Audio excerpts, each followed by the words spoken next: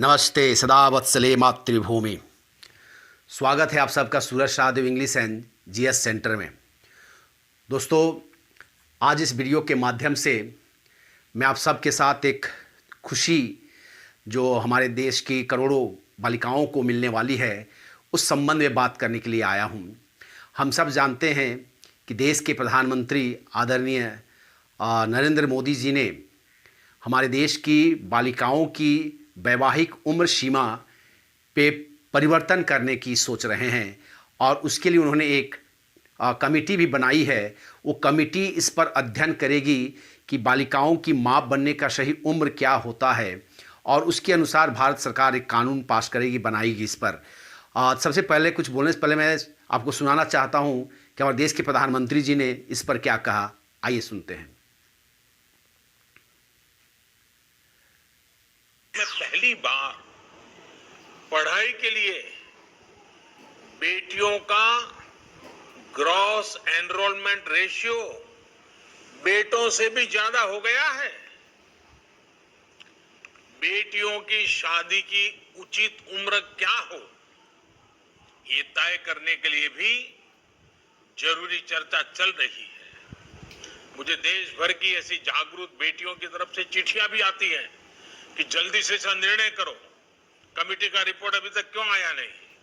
मैं उन सभी बेटियों को आश्वासन देता हूं कि बहुत ही जल्द रिपोर्ट आते ही उस पर सरकार अपनी कार्यवाही कर। तो आपने सुना हमारे देश के यशस्वी प्रधानमंत्री आदरणीय मोदी जी को।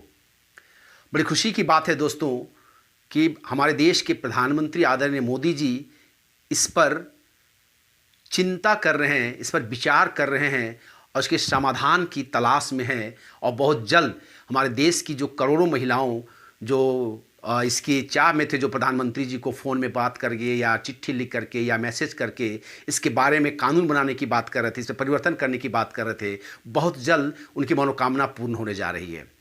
दोस्तों, हम सब जानते हैं कि भारत में महिलाओं की जो उम्र, शादी की उम्र है वो है 18 साल निर्धारित की गई है और पुरुषों की जो उम्र है वो 21 साल निर्धारित की गई है।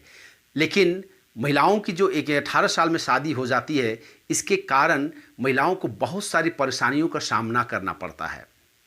हमारे देश के प्रधानमंत्री इस पर चिंतित हैं। हमारे देश के प्रधानमंत्री पहले ही 74वें स्वतंत्रता दिवस के उपलक्ष्य में लाल किला के प्राचीर से उन्होंने घोषणा की थी कि महिलाओं के वैवाहिक उम्र सीमा में परिवर्तन करने की सोच रहे हैं।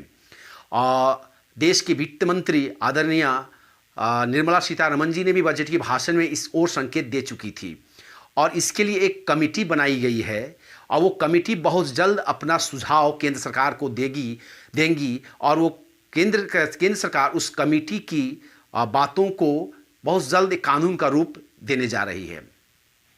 दोस्तों, इससे पहले 2017 में सुप्रीम कोर्ट का भी एक फैसला आया था। उन्होंने कहा, सुप्रीम कोर्ट के जजों ने कहा था कि देश की बच्चियों को वैवाहिक दुष्कर्म से बचाएं। यानी कि उन्होंने इस पर चिंता जाहिर की थी और कहा था कि बाल विवाह को अवैध करार दिया जाए।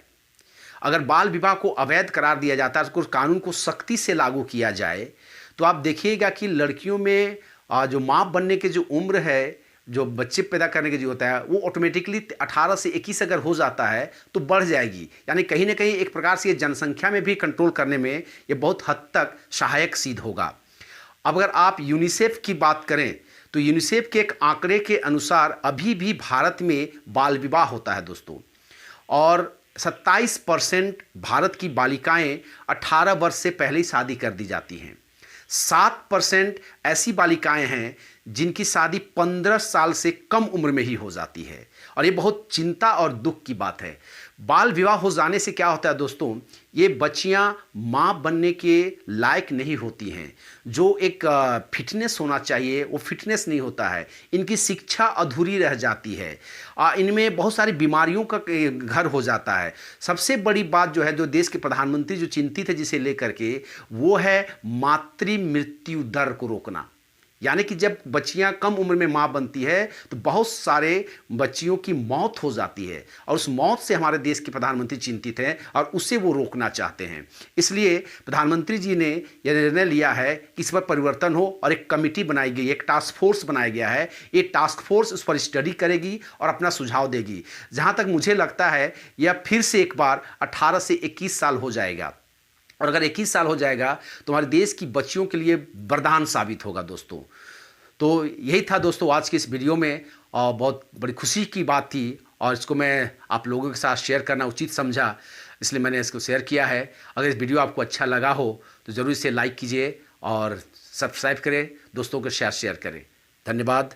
जय हिंद।